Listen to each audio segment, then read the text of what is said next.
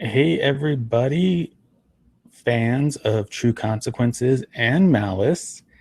Um, we are live here today to bring you another exciting episode in I'm going to say the adventures of this bitch. The ongoing saga of this The bitch. saga. I like that. Ariel and I have been working really hard to weed through thousands of pages of documents, and we're definitely not going to be able to get to all of this stuff here. It's a But I think lot. it's a lot, and I think we both have some highlights that we want to Right. focus on, some things we want. But if you have questions, feel free to leave them in the chat there. We will respond to you. We will reply. And then at some point in this broadcast, we're going to probably open up the spots so that people can jump in. But Ariel and I like to hear ourselves talk first. Yeah. And I mean, let's be real. Eric has an amazing voice. I like to hear him talk, and I sound like I operate a sex hotline. So clearly he likes my voice too. So a bunch of stuff has happened since the last time we got together. Mm-hmm. Ghislaine is under psychological review right now. They're keeping an eye on her to make sure she doesn't get Epsteined. Too soon? Look, listen. It's I like adopting that term. I think it's you know exactly what it means. I say not soon enough. That's what I say. Not soon enough. Not soon enough. Nope. Yeah. Hashtag Ghislaine didn't kill herself. Yet. Yet. You have to add the yet to that because anything could happen. A bunch of stuff has happened, Ariel, and it's insane. Like the more stuff that comes out, the more insane it gets. Mm-hmm. Did you hear about Ghislaine's assistant? No, tell me. She's missing. What the Nobody fuck? knows where she is. Yeah. Okay. That's new. Holy under the patio. Ooh, maybe. Yeah. I don't like that. Little reminiscent of the Wests. Not crazy about that. Don't like that. I think there's some other people that are missing as well. I'm not sure how they were found out to be missing. I don't know if they were trying to be served with some summons. But there's some people that are not showing their faces right now. And who knows if it's of their own volition or if they were hidden by somebody else. Right. Whether it's their own doing or not. Right. Hi, Patty. Yeah. Hey, Patty. Patty is another super fan of True Consequences. Nice. Got good taste. So if you're on social media watching this, come and join us on Get Vocal. GetVocal.com or get the app, because you can participate and interact. I am not good at monitoring social media during these things. I don't know if Ariel is. Nope. So it's not that we're ignoring you, it's that we are unable to multitask. Yeah. Watching two chats and participating in a video is difficult. So it's not going to work. Okay, so the other thing that came out, there's a Lifetime special, which I have not watched yet. It was released recently, all about the Epstein scandal, all about Ghislaine. And apparently Ghislaine told one of her friends, this guy named Christopher Mason, he's a journalist, that she wanted him to introduce Paris Hilton to Epstein. And Paris, I believe at the time was what, 19? Yeah, but she was still pretty young. Ghislaine apparently talked about how she would be perfect for Epstein. Perfect for him. Yeah, and you know, it's really odd that she would have targeted somebody like Paris because we're talking the daughter and heiress to billions. So what the logic is on that, I'm not entirely sure. I mean, you have any ideas on that? I mean, Well, I think that Ghislaine, honestly, it seems like she didn't know who Paris was. it does seem that way. Yeah. And so she may not have even realized. But you'd think if she was at some kind of swanky fucking soiree with everybody else, she'd have assumed she had some kind of connections. Hey, Maybe. Luke. Yeah. Hello. Welcome. Yeah, maybe. I don't know. So that's happened. They're keeping her on suicide watch. Oh, and she's been complaining a lot about stuff. She complained that she doesn't have a desk in her cell. Sure. And she complained that she doesn't have access to email. So Ghislaine, you're so fucking extra. Jesus Christ. bitch, you're in jail. By the way, I did actually, while I prefer hashtag this bitch when I talk about Ghislaine, I did start actually, I nicknamed her Jizzy. Okay. Oh God. So Of course you did. Of course you did. just saying.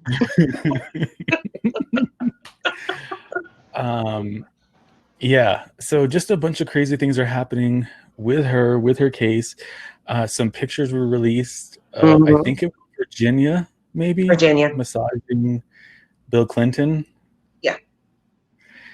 That was Granted, gross. when we went through the statement of, let me see, I have my highlights. I just have to find them. Notification to the victim. Okay, in the redacted victim affidavit, right? Mm-hmm. So this is one of our does. She makes a statement that Clinton was present for a lot of what was going on, but she also said or claimed, hang on, the way that I printed this was goofy. He made the statement that I can find it, I promise. Okay. Quote, I have seen reports saying or implying that I had sex with former President Bill Clinton on Little St. James Island. Former President Bill Clinton was present on the island at the time when I was also present on the island, but I have never had sexual relations with Clinton, nor have I ever claimed to have sexual relations. I have never seen him have sexual relations with anyone. And which Jane Doe was that? This was once again going through my papers like an asshole. This is okay. This is under. It's listed under Jane Doe or Jane 1 and Jane Doe 1 and Jane Doe 2 in the trial of their petition. So I'm not sure what. Okay. So 3 is Virginia. Right. So her experience may be entirely different. I did think though that given the victim affidavit of the first claimant, or basically, I think that it's telling that at least at that time they had not been he had not been identified as somebody who'd partaken in those types of things. And we do have the other victim's statement, correct, that outlines some things that are a little different. Not in the types of acts so much as the incidents. So recently, in the last couple of weeks, and I feel like we're a little behind the 8 ball on getting into this whole thing. A bunch of documents were unsealed by the court, and it's about 2,000 pages.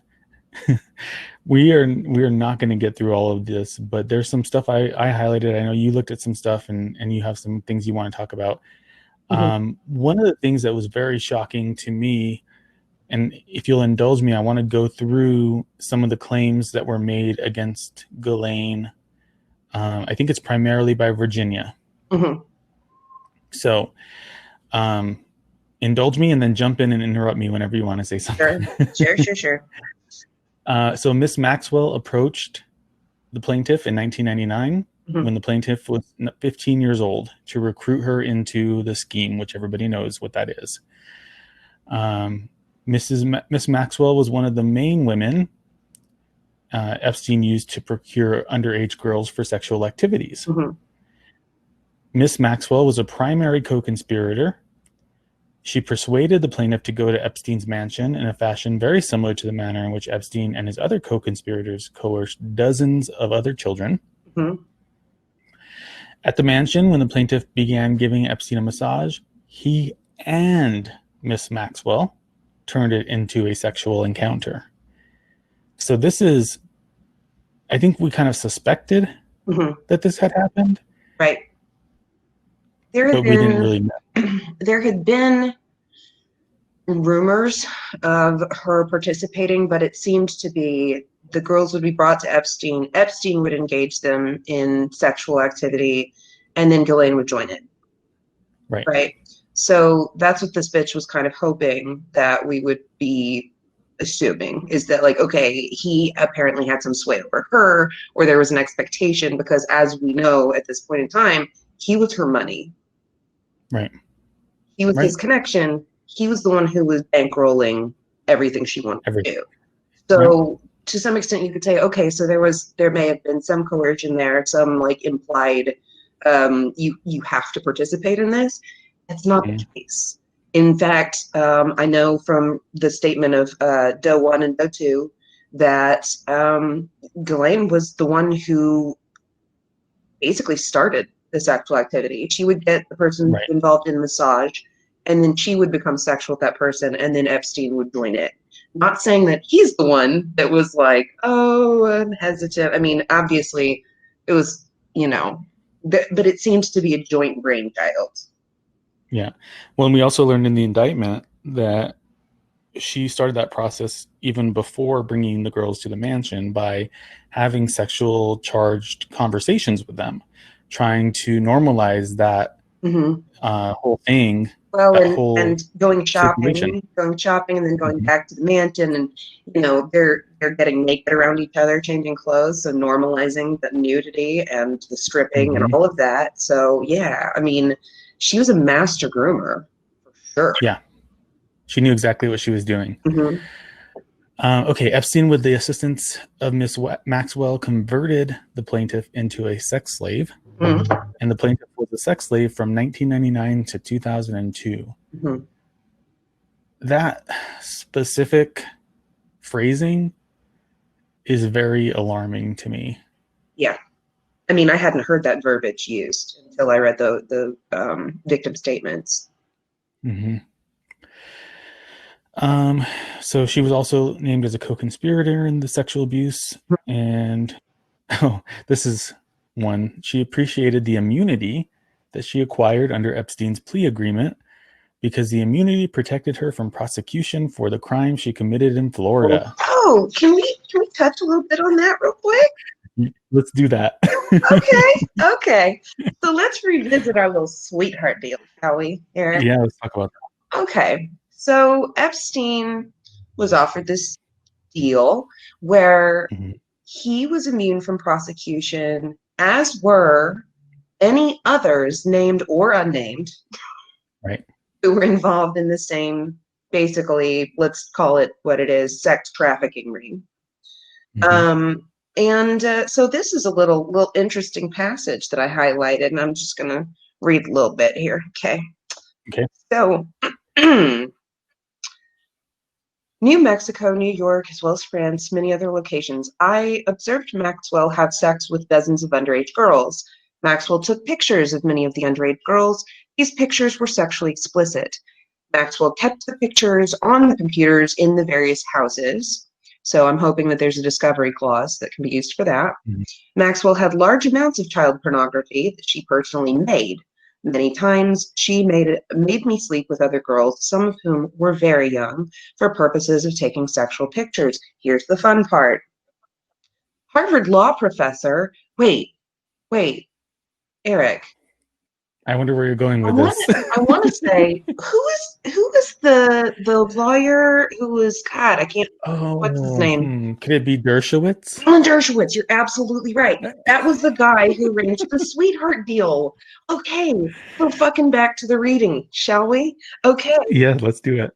Harvard law professor Alan Dershowitz was around Epstein frequently. Dershowitz was so comfortable with the sex that was going on that he would even come and chat with Epstein while I was giving oral sex to Epstein. Okay? I had sexual intercourse with Dershowitz at least 6 times. The first time when I was about 16, early on in my servitude to Epstein, and it continued until I was 19. The first time we had sex took place in New York, in Epstein's home. I was in Epstein's room, not the massage room, which she also, by the way, referred to as the dungeon. I was approximately 16 years old at the time. I called Dershowitz Alan. I knew he was a famous professor. Hey, baby girl. The computer just shut off. I'm sorry, sweetheart. Okay, I'm recording, okay? So let's see if Daddy can help you, okay? No, I already got it. Oh, you did? It was just the battery. Gotcha. I just had to restart the computer. Okay, pumpkin. All right. Parenting and podcasting. Yeah, it is an interesting overlap. So if it's not your daughter, I'm just gonna say this real quick. If it's not your daughter coming in, it's my son screaming obscenities at his Xbox. So, one or the other. Amazing. Okay. Okay. The second time I had sex with Dershowitz was at Epstein's home in Palm Beach. During this encounter, Dershowitz instructed me to perform both oral sex and have sexual intercourse. So this was, he also did this with her in a massage room off of the indoor pool area, which was still being painted. Not sure why the detail, except it adds to the veracity of her claims. I imagine undergoing that trauma, she remembers the paint fumes. I would. Sure. Yeah. Let's see. They also did at Little St. James Island in the Virgin Islands. She was asked to give him a massage on the beach. He then asked to take him somewhere more private where they proceeded to have intercourse. And let's see, another happened on Epstein's airplane while another girl was present.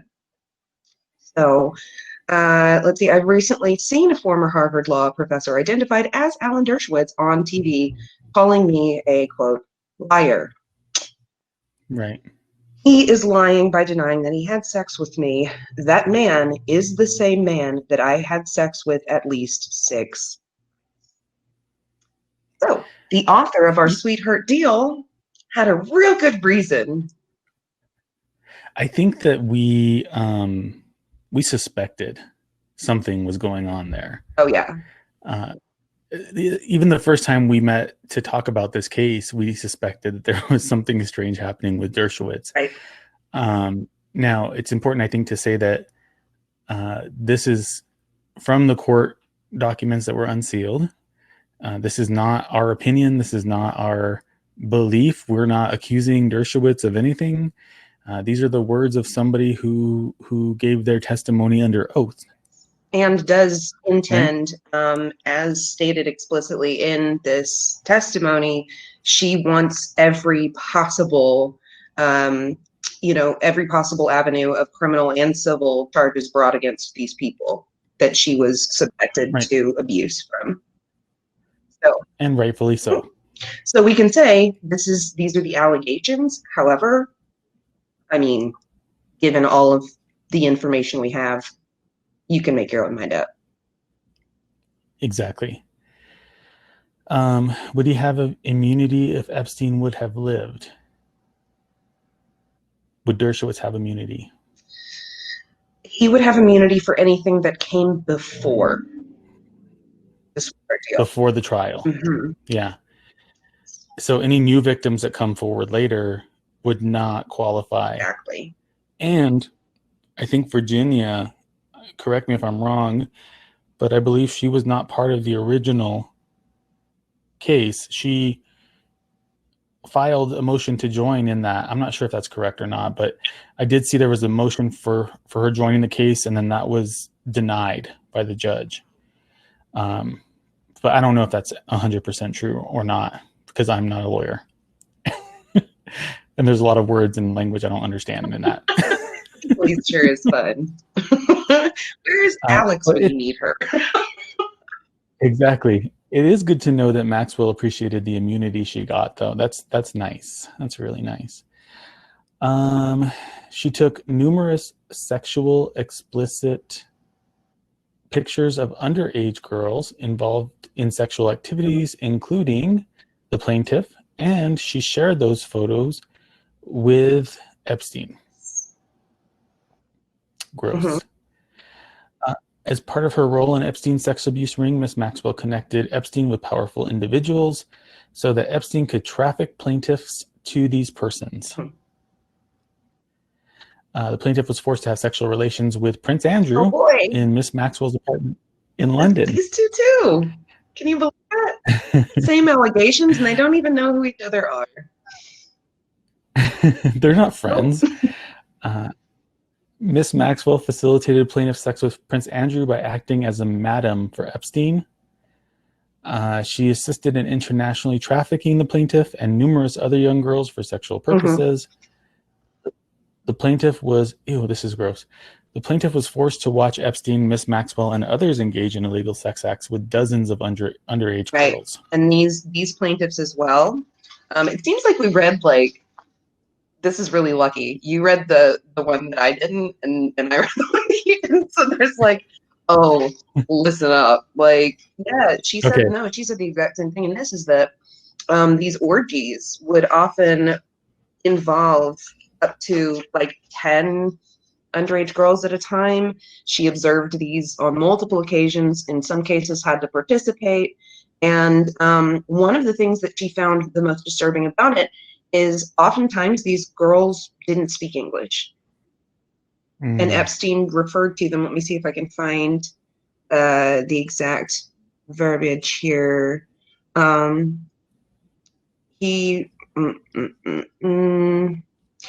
me work on it, and you just, I'll let you know. Keep going. Okay.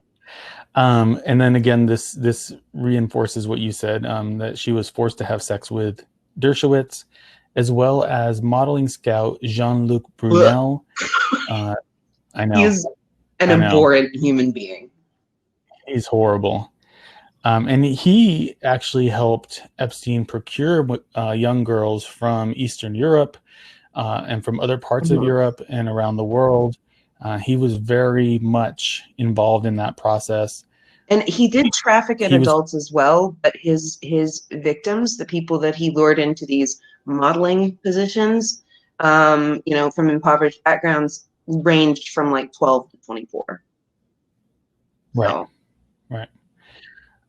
There's also many other powerful men, including numerous prominent American politicians, powerful business executives, foreign presidents, a well-known prime minister, and other world leaders. Yeah. Oh, my kid's talking for some reason. So now it's my turn. Yeah, so gross, Sonia. Oh, 100%.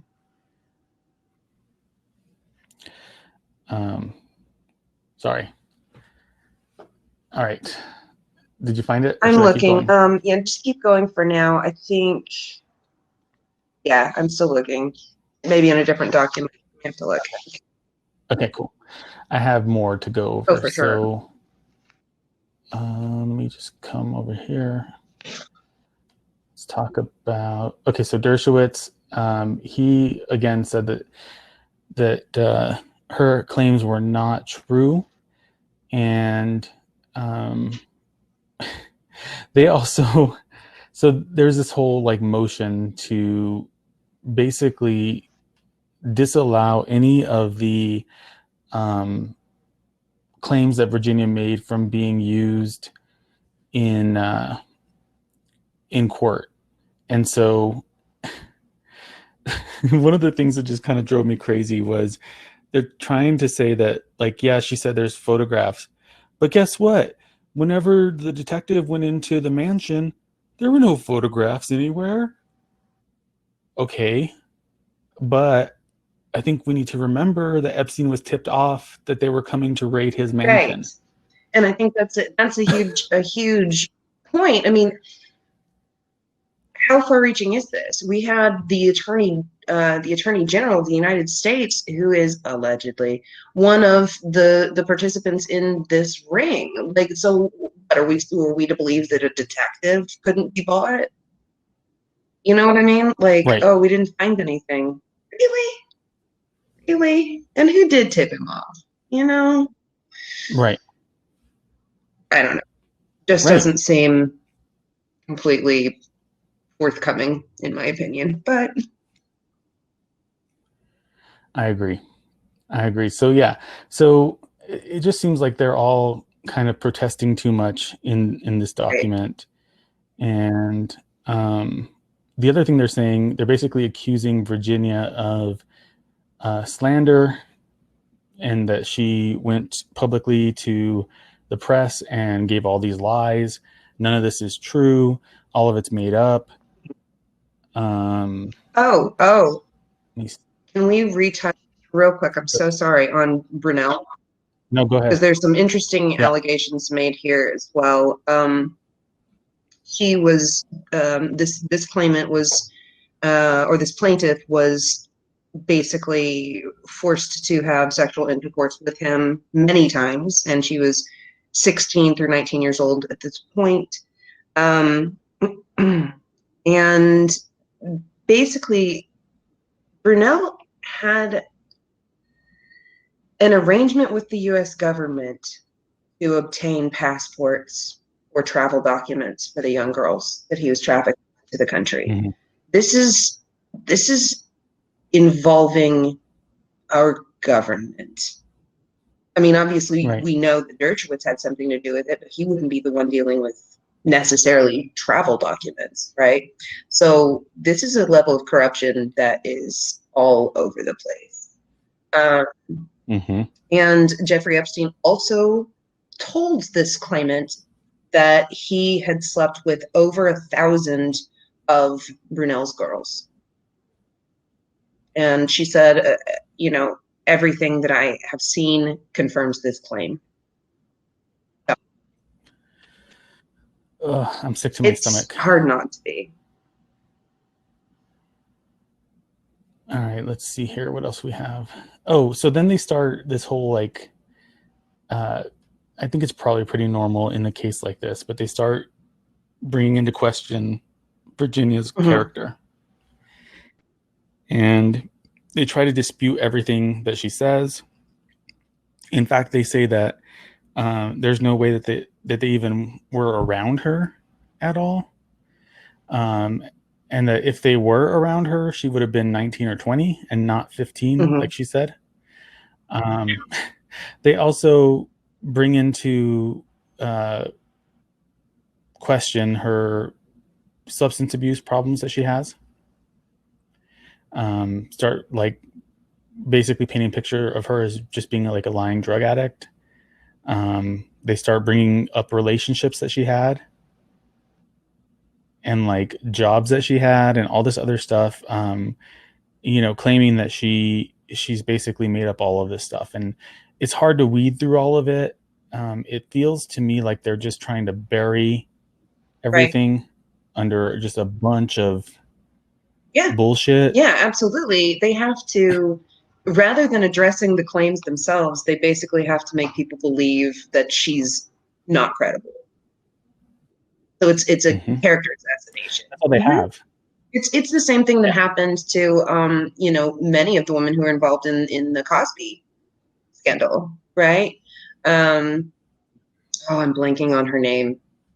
She's so fucking badass. I can't think of it. Yeah, he like dragged her name through the mud preemptively when he got the idea that she was going to go forward with allegations. So yeah, I mean, yeah, you have somebody in this position of great power, and you've got a whole bunch of people who are beholden to him, who are in his pocket, as it were. Like, yeah, they're gonna back his play. They're not gonna stand up for her. Yep. She's looking at, basically coming to, expecting a fist fight and coming to fight the fucking brick wall. Like, it's how much damage are you going to do? Exactly. It's disgusting, and like I said, I'm just sickened by it, because the more details that get released from this case, the worse it gets. Like, I thought when we first got together, we understood what was going on. I don't even think we understand now. No, I agree. I mean, it can only get more sordid as far as I'm concerned as details come out. You know, it's like the really perverse version of the Jelly of the Month Club. You know, if the yeah, it's just absolutely disgusting. I did find that quote, by the way. Okay. Go ahead. So Epstein, Andy, that's Prince Andrew, approximately 8 young girls and I had sex together. The other girls all seemed and appeared to be underage and didn't really speak English. Epstein laughed about the fact that they couldn't really communicate, saying they are the, quote, easiest girls to get along with. Oh my God. He just said that these girls looked so young that it was astonishing to her. I mean, I recorded a Patreon episode earlier today about tickling, and like you do, and join my Patreon to learn about tickling and sexual sadism. So anyway, we were recording and we got onto this topic. You know, there were all these adjacent topics there, but you know, people being attracted to people who are so much younger. Oh, well, Dolls Under Bridges. That was last time. Don't worry about it. I'm a mixed bag, dude. Wild card. So when we're talking about these situations, you know, I was recalling things like my grandmother, for instance. This is a freebie for anybody who's not a patron. Although I know some of them are here. There are, my grandmother loved to go to garage sales, and we would visit her in the summertime. And so she would take us to garage sales, and I was 6 years old, and I was just kind of looking around at the Barbies and all that good stuff and kind of singing to myself. And the guy who was running the garage sale come up, and he was just like, wow, you've got such a great voice. And I was just all smiles. And he then was like, will you sing a song for me? And of course, I'm just like, oh, I got this, right? So of course, I pull out of my little bag of tricks, A Twinkle, Twinkle, Little Star, a classic. And afterwards, he was like, that is so beautiful. You know, you're a really beautiful little girl. And I was just like, cool. And then he said, you know, if you were older, I'd date you. And I was like, no. I'm 6. I was 6 years old, people. It was a fucking, like, and even at that age, I was just like, I don't like this. But as a child, like, you're taught to just respect your elders, and you know. And so I didn't feel I had any agency. It wasn't until my grandmother heard how he was talking to me that she was like, well, we're going to a different garage sale now. And swooped in, but like, that's so gross. You know? Yeah. So what is it? What is it about these underage girls that really makes it appealing? Is there a sexual attraction to that age, or is it something that is more the ability to dominate, or you know, exercise power and control over them that is sexually arousing? I think it depends, right? Depends on the person and their pathology. I think it can, for sure. Yeah. It seems to me, though, in Epstein's case, he's taking something that's taboo because he can get away with it. And psychopaths, we know, are risk takers, right? So he's not going to just be like, let's see how many women I can sleep with, because that wouldn't be a challenge. He's a billionaire, you know? No, there might be a few who'd laugh at him, but most of them would just be like, oh, fuck, you want to pay me $1,000 to sleep with you? Sweet. Let's do it. Whatever. You know, money speaks. At the same time, he's like, no. want to get underage girls, and I want to sexually shock them and coerce them into behaving in these ways that I'm dictating to them, and they can't get out from under it. They're officially enslaved. So, I mean, to me, it's a really gross kind of concept when you think Epstein's a pedophile. No, he's not. He's a child molester and a child rapist. So, my 2 cents. But Yeah, you're right, and a sex trafficker of children, and just the worst kind of person. And I mean, there was a general. statement in here as well, going to Prince Andrew, right? Where she says, going back here, Epstein made me have sex with Prince Andrew several times. Prince Andrew, Maxwell, and I are shown in the photograph below, and there is a picture of the 3 of them together. I had sex with him 3 times, including one orgy. I knew he was a member of the British royal family, but I just called him Andy. And basically, Epstein told her that she was going to be meeting a, quote, major prince, and that she needed to, quote, exceed everything she had been taught. He emphasized that whatever Prince Andrew wanted, I was to make sure.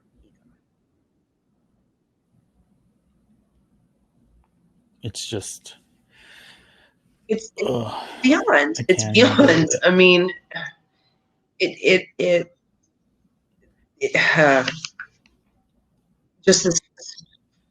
this. My heart goes out to these women. I mean, the amount of trauma that they continue to endure it's inhuman. It's not. Sonia, yes, they are planning to pursue Prince Andrew. According to FBI statutes in the United States, there are international crimes that they can pursue. For instance, an American citizen who breaks a federal crime in another country can be pursued by the FBI and adjudicated through the federal courts. In addition to that, though, an international citizen who is on American soil when they commit an act that would be a federal crime to us, the U.S., they can also be pursued internationally. So there is, I mean, especially since the British royal family at first doubling down and saying like, oh, no, none of this happened. None of this happened. He didn't do this. And as the evidence started rolling out, and he was basically putting his own foot in his mouth, it kind of got to a point where I was like, well, Andy, I'm canceling your birthday party. And and when when Queen Grandma cancels your birthday party, you know you're in the shit at that point. So Fern's asking if he has like diplomatic immunity or anything like that. No, I mean, he's basically been disowned at this point by the royal family. They've all but taken his title. They don't give a shit. They want to separate themselves from this. Let's see. Sarah Ferguson. Has Sarah Ferguson Fergie that I am aware of has not said anything. And if I were her, I wouldn't either. I'm just, if it were me, I'd be like, no, he's my ex. I don't have anything to do with that situation. You know? Although it does make me wonder. Oh yeah, she's cut him off. Yep. Absolutely. I think given her situation, I mean, I wouldn't want myself to be involved in it. And also, we're not 100% sure why they split up. So just saying. There's the public story. There's what may have actually happened, so who knows? Oh, I for sure think she could know. Yeah. And I think that was plenty reason to later days it out of that situation. Let's see, Fern. So here's the good news. I was just going to say, Fern said, given the reputation of the royal family, I'm not sure Prince Andrew will last much longer either. It's occurred to me too. It's occurred to me too, Fern. I mean, they're not exactly great about having bad press on them, so to speak. So the good news is, despite Ghislaine and Dershowitz and everyone else's best efforts to try to smear Virginia, to discredit her, to claim that she has defamed the good name of Maxwell, Fucking shit. the court ruled that there's no defamation claim. New York is not going to uphold that. Every single count and claim that she's made has been knocked down by the court, and the court is affirming everything that Virginia said, basically, which is amazing. Definitely. I mean, that was one of the things that I found most interesting, actually, among the documents, was the denial of reconsideration. I'm sure you've read through that one. It was one of the shorter ones. So it was like, let's start there. And yeah, but they basically, I highlighted a few things, you know. So the reconsideration of this type of request, or the request for reconsideration, is dependent upon something that is like motions that are, quote, properly granted only if there is a showing of, one, an intervening change in controlling law, which we do not see here; two, the availability of new evidence; or three, a need to correct a clear error or prevent manifest injustice. And what Ghislaine is claiming is that basically the second one, okay? She's saying there's availability of new evidence, which can't be substantiated at this point in time. It's all fabricated. So the court's just like, no, bitch. It's not. Yeah. Sorry, not sorry.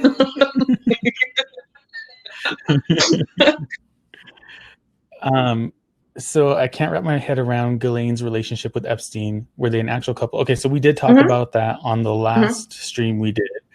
But if you want to speak to that a little bit, Ariel, and then maybe we'll open it up for that'd be great. Participation. So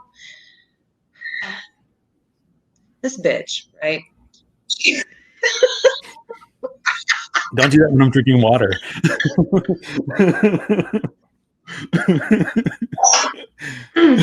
You did that on purpose. So this bitch is basically like, her father was very, very wealthy, but also was involved in scandal, right, Eric? Do you want to actually take this part of it, like kind of the background about how they sort of met and got together, and then I'll take them. Okay. Yeah, sure. Okay, perfect. So basically, her dad was a disgraced billionaire, media mogul. He died. Everything that she did, none of it was good enough for him. He was always very distant with her, and he kind of kept her at arm's length. And so when he died, and there's a lot of speculation about that whole thing, she claims that he was pushed off his yacht. We don't know. Right. We don't know what happened, but she was left. Let's say she said that she was left kind of poor, but like by normal people's standards, she was given $100,000 a year trust to live off of. So, and this was in New York, you know, and yeah, not poor at all, honestly. But you know, $100,000 in New York back then, who knows, might have been. Yeah, it doesn't go class, quite as far as you might think. Right? It doesn't go that far, especially in New York City. So maybe she had a one-bedroom apartment, right, as opposed to a penthouse, and not a penthouse. That's a whole lot of Amazon. Yeah. So she was left without money, but she still had a lot of connections because she was part of her dad's world. She was a socialite. She was involved in all those fundraising things, and they went around the world, and they knew movers and shakers. So she meets Epstein in New York.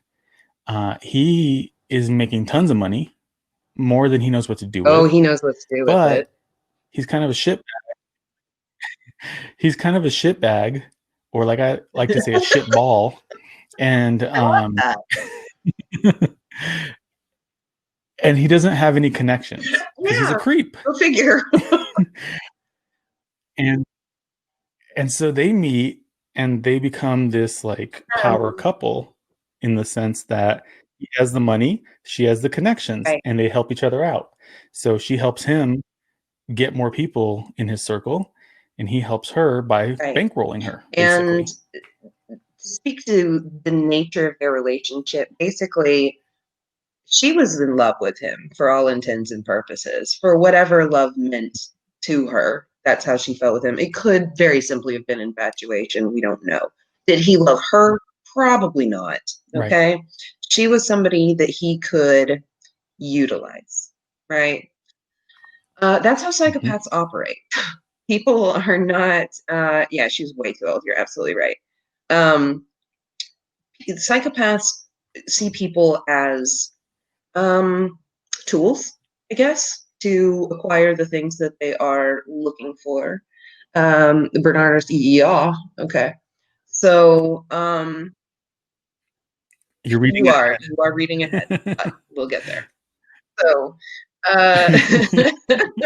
yeah, so basically though, what was good old Jizzy this bitch, what was she really attracted to about Epstein outside of, I mean, obviously she benefited monetarily, which, okay, I mean, that's a practical reason, but why was she head over heels in love with him? Why was she willing to do all of these things that, to our knowledge at least, she wouldn't have really, like, necessarily have done without him, a la Carla Homolka. So there we go with the Bernardos. So, basically, yeah, for money. Yeah, the thing is though, is there is a paraphilia that's a really unique paraphilia. Most paraphilias don't really have so much of a range. In this particular one, it's called hybristophilia, and it is the basically sexual or romantic attraction to somebody because that person is known to commit crimes. Right. And so it can be relatively harmless, like somebody who's like, oh my God, this guy's robbed banks, or this guy's a drug dealer, and like, that's super hot. Yeah, I mean, or like, pickpocket. oh, that's super hot. And so they get, involved in that. And, but it can range all the way to people, when they ask things exactly, bad boy syndrome, it's exactly what it is, except range to somebody, for instance, being like a Manson groupie or wanting to marry, Richard Rodriguez when he's in prison. Like, yeah, I mean, they did these horrific things, and this person's like, yeah, but he's hot though, which is like, girl, sad, right? I mean, I've said it once, I've said it, I'll say it again because it bears repeating. Don't treat yourself or allow anyone to treat you like free salsa when you are guac, baby girl. Guac. It's the 5Gs. It's the 5Gs. Good God, girl, get a grip. Yes. Oh my God, it's perfection. I love it so much. Yeah, I think with her, she grew up in a situation where her dad was probably not emotionally abusive, but pretty emotionally neglectful.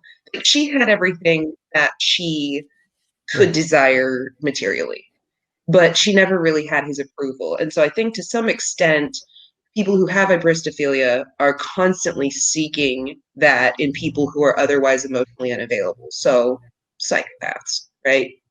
They're drawn to that. They're drawn to antisocial personality. And when they're able to achieve some measure of acceptance by a person who is emotionally distanced, for instance, going back to Ken and Barbie, right? All Bernardo and Carla Homolka. She basically was in this position where she not only was like, yeah, no, it's cool that he does these things, she got herself involved and even got to the point where even though she was a battered woman, which she was, and that shouldn't happen to anybody, even if you are a fucking cunt. Like, oh, I mean, let's call a spade, but even in that position, like, she doesn't deserve to be beaten by him. However, most hybristophiliacs are in abusive relationships. It is what it is. However, Homolka, in order to keep him under her thumb or to keep him involved with her, because she was fixated on him, she basically was the one who upped the ante every time. And she knew that if she wasn't involved in it, it was going to lessen the thrill for him. And so by continuing to up the stakes and make the torture more terrible or to, whatever, when it came to the actual killing, I don't know if Bernardo would have ever done that without Homolka, because she was jealous. She was like, yeah, let's indulge in this together. And then we're going to just fucking kill her because I can't handle, somebody who's a threat. So I think it's entirely probable and plausible to think that Epstein would not have had the access to the number of girls that he had if it had not been for Ghislaine. I think that that's true. Could he have gotten access to preferential victims? Sure. I mean, we know people who are everyday folks who, take on being a little league coach or working at a junior high school or whatever, who are there specifically to have access to children. He did it at the Dalton School, for instance. Which and then they threw him out. By the way, Dalton School, really hope you've upped your background check game. Yeah, Mr. doesn't have a degree teaching math. Sure does not. Young women are more like women too. Yep. All right, I'm unlocking Okay, this. guys, whoever wants to jump on, if you have questions, you want to chat, you got something to say.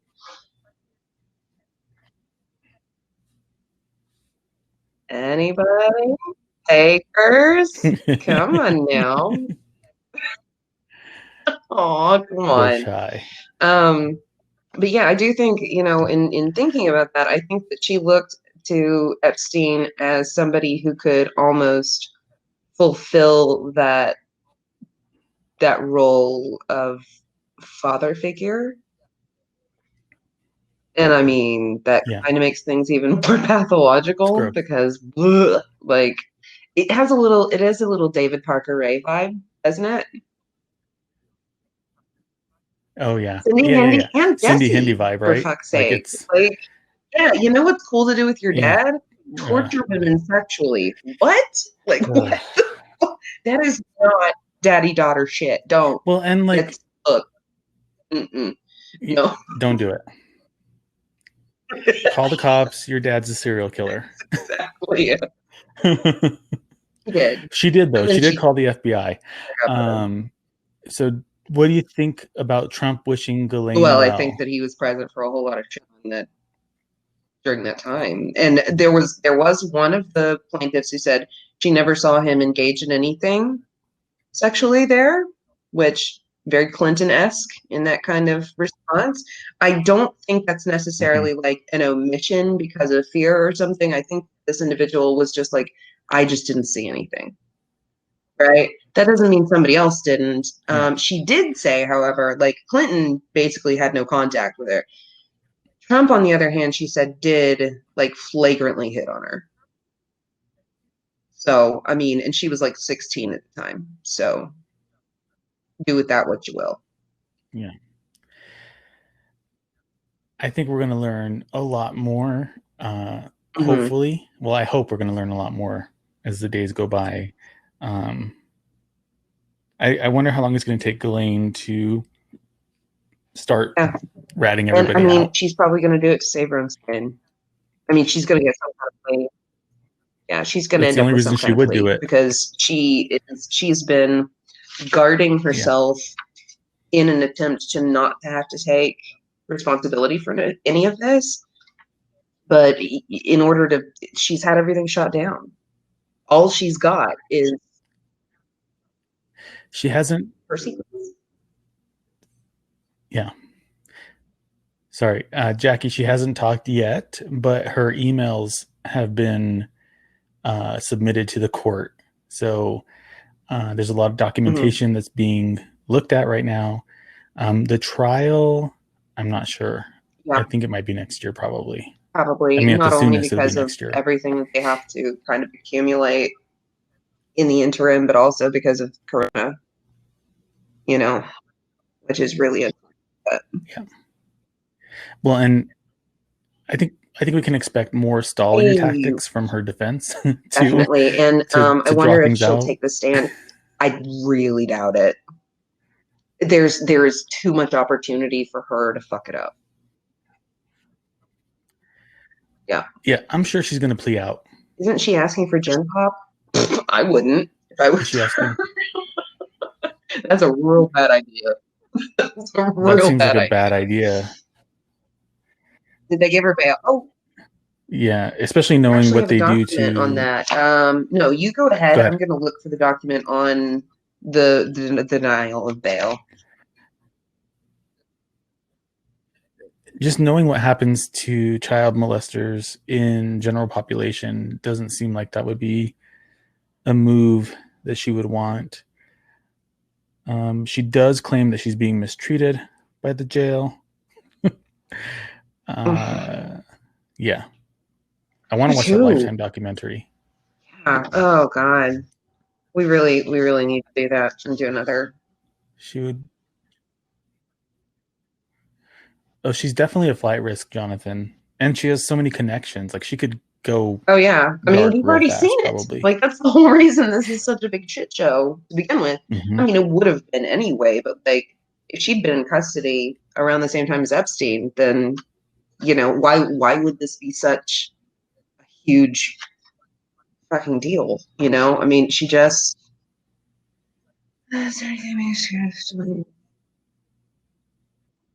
Oh, the song. We didn't talk about the song.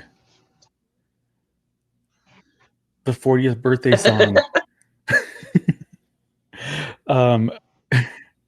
Okay, so apparently for his 40th birthday, she hired this songwriter to write a song for him. And the lyrics are insane. Like, there's something about him looking juvenile in the lyrics. Talking about how he was the subject of schoolgirl crushes at Dalton. Sorry. Don't sing it for us. I'll be sorely disappointed. I'm sorry, Fern. We can send you the lyrics and music. I don't know the melody. Here's the other part. Another odd thing that she wanted me to say was that he had 24-hour erections. Maybe just because it just didn't take that much blood. Look. Yeah, nobody cares about your erections. Look. I'm just gonna. Okay, so dick size tends to be something that men are. Yeah, I sure am. I can't not. Anytime I talk about him, it's a compulsion. Sorry, not sorry. Yeah. So, okay. So men tend to be more obsessive, I guess, about like dick size than women. And I think that a lot of that is because dudes are around each other and naked a lot earlier than women are around men naked. So it starts up, sort of a being passed down culturally that like it's emasculating to have a small penis. Now, a lot of women, not all women, it matters to some women, but a lot of women will tell you that like your actual dick size is not that important because there's plenty you can do with what you have if you really put your mind to it. You've got other qualities like, your sweet face and your great personality and a tongue. And so there are other things that you can do that can make up for anything you feel like you lack. However, there is something that I would refer to as little dick syndrome. And those are the people who have taken feeling impotent to a point that it's pathological and they do really fucked up things. And one of those we know was the Golden State Killer, whose penis size confirmed is roughly between 1 and 2 inches. Okay, we're talking like 1.54 inches. Right, I'm giving him the benefit of the doubt there, and that little extra 4 tenths or 400. So there's that. But also Epstein. One of my favorite things about this whole thing, and guys, one of the very few things that really, really gives me joy. Okay, very few things in this whole scenario give me joy. The deposition where Jeffrey Epstein was questioned about his tiny egg-shaped penis.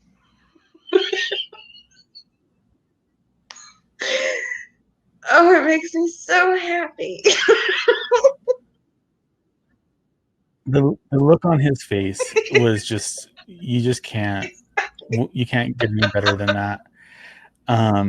Okay, Oh, boo. I'm gonna change the subject from his dick because I know, I'm sorry. Yes, please, But like, I please still let have us more know about more. this songwriter because it's hilarious. It gets even weirder. You thought it couldn't get weirder. It got weirder. He gets to the mansion in New York, right? Maxwell takes him upstairs and tells him to wear Epstein's karate outfit. Mm-hmm. Okay, right. I know. And then makes him sit in the middle of the party on the floor, cross-legged, in a karate outfit. Everyone's wearing tuxedos and like fancy evening gowns. He's in a karate outfit in the middle of the floor. Here's the lyrics. I have them all. Poor Jeffrey Epstein is 40. Oy vey. Life must be tough. His hair's already so gray. He sure looks older, but it's clear from his smile. The older he gets, the more juvenile. Ghislaine is lavishing him with her affections. She claims he has 24-hour erections. This is all the stuff she wanted him to write. Like, this isn't his creation. She told him what to write. It sounds like he's busy. Now ain't that berserk? How does he find the time to get off to work? He wakes when the cock crows while everyone slumbers. He rivals Einstein when crunching those numbers. He taught at Dalton, the naughty boy blushes to think of schoolgirls and all of their crushes. It's all Disgusting. double entendres too.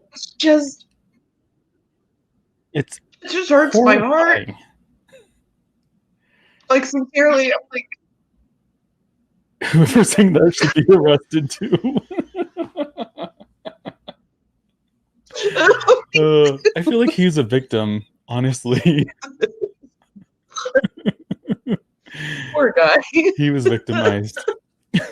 I just feel like, I mean, maybe she should have just written into one of those those song things, like there are the ads on podcasts or like the song companies where you like write it and you're like, let me tell you about my 3-year-old daughter and how cute she is, and she likes dinosaurs and Barbies, and she's like, like cute little, curly black pigtails, and like, and they come up with this real precious little song for your child or, whoever, like you're proposing to somebody and you want like an engagement tune.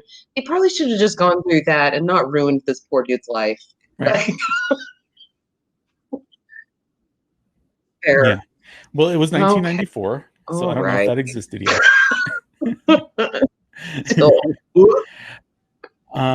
So I think you guys can count on us to, whenever there's new developments, come together, and it may not take Ariel 59 minutes to get to his egg-shaped dick next time.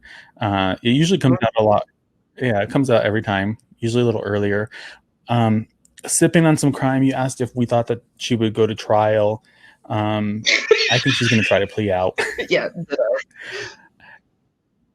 And so does Ariel. But if she doesn't plea out, I mean, things could happen to her. I mean, it's hard to know what's going to happen. Well, and that's the thing. But will she be alive? I feel like she's in a lose-lose situation. I feel like if she does make a plea, that means she has to give up information, and there are a whole lot of people who are really stand a lot to lose if she does that.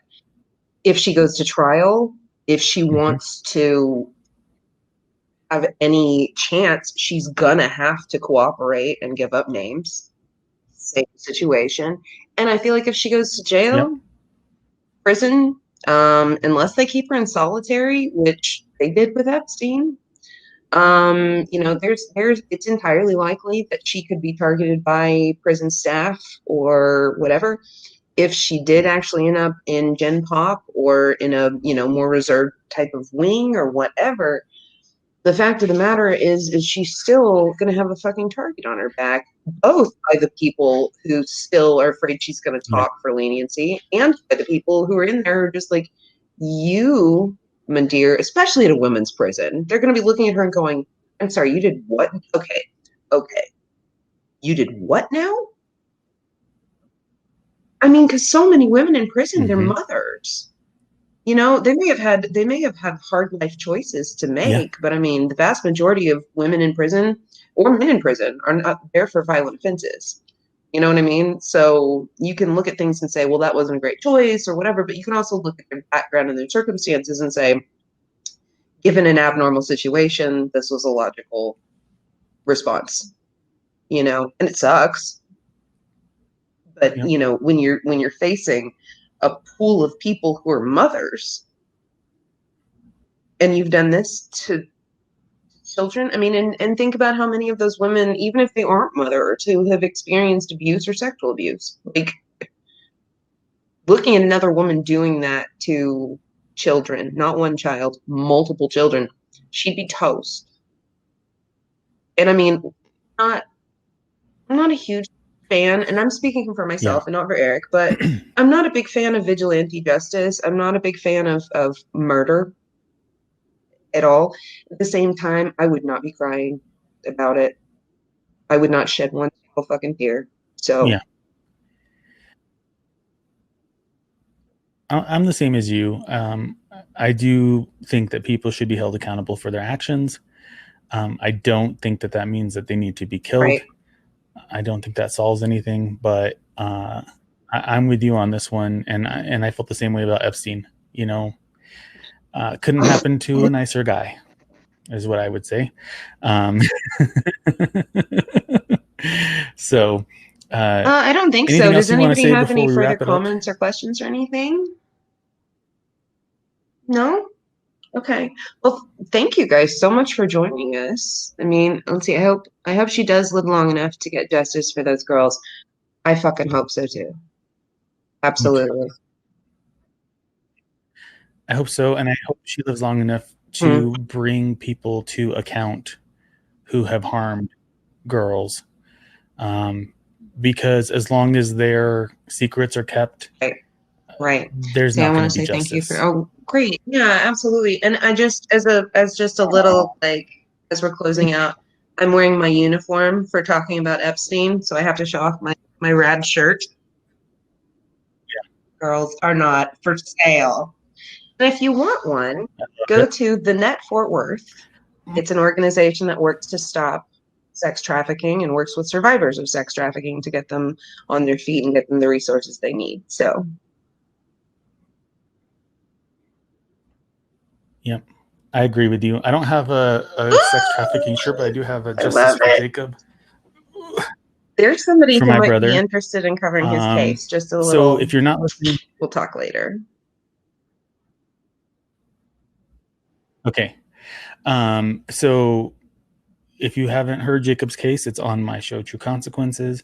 I am fighting really hard to get justice for him. It's been 33 years. I would appreciate it if you would at least give that episode or those episodes a listen and sign the petition. And that is very important to me.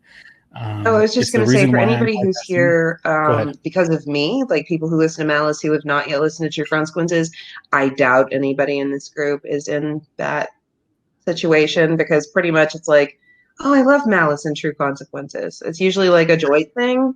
So, yeah. So, but if you haven't, definitely True Consequences is one of the singularly best true crime podcasts out there. And I mean that wholeheartedly. That's not just because Eric and I are buddies. So. No, I'm just enough. You're too Just kind. enough. True consequences. True consequences listeners, listen to Malice as well. It's amazing. Ariel's voice is like butter, and she gives a really cool perspective on true crime that I don't think anybody else is doing. From a sociological and sometimes psychological perspective, it's really fascinating to deep dive into some of these crazy things. And everybody, don't forget the 5Gs. Good God, girl, get a grip and stay safe, everybody. No, I'm just kidding. Are you gonna start singing the Epstein song? Oh, no.